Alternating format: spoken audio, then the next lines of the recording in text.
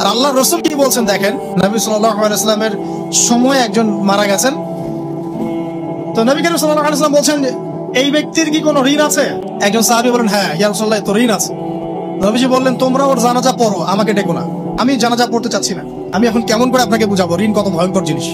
আপনি যে ব্যাংক থেকে 3-4 কোটি টাকা লোন নিয়ে রাখছেন, টাকা লোন নিয়ে বসে আছেন, দিব্যি সুখে বসে আছেন, এমন চিন্তায় যে আপনার মৌত হবে না। আর নবী সাল্লাল্লাহু আলাইহি ওয়াসাল্লামের সময়ে একজন মারা যাচ্ছেন, তিনি বলছেন তোমরা জানাজা পড়ে নাও, আমি জানাজা পড়তে চাচ্ছি না। ঋণগ্রস্ত ব্যক্তি জানাজাও তিনি পড়তেন না। একজন এসে বললেন, ইয়া রাসূলুল্লাহ, আমি তার ঋণ শোধ করে দিব।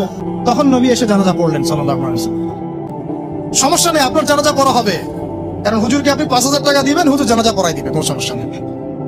আপনার একটা বড়সড় দোয়াও হবে ইনশাআল্লাহ। কিন্তু আল্লাহ পাক বলেছেন, শহীদ আল্লাহর পথে যুদ্ধ করে শহীদ হয়েছে, এই ব্যক্তির আত্মাও ঝুলে থাকে যতক্ষণ পর্যন্ত না তার ঋণটা শোধ করা হয়। তাই এখন সেই দোয়া শিখাচ্ছি আপনাদেরকে, যে দোয়া শিখলে আপনারা ঋণ থেকে বাঁচবেন ইনশাআল্লাহ।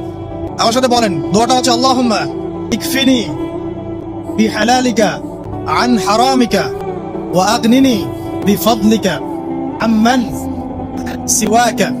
এটা ছোট না, এটা মুখস্থ করবেন, সিজদায় পড়বেন, নামাজে সিজদায় পড়বেন, আত্তাহিয়াতু দরুদ শেষ তারপরে পড়বেন, নামাজ শেষে হাত তুলে করবেন, যখন তখন শেষ রাতটা করবেন, ইনশাআল্লাহ দেখবেন আপনার ঋণ বলতে কিছু থাকবে না ইনশাআল্লাহ।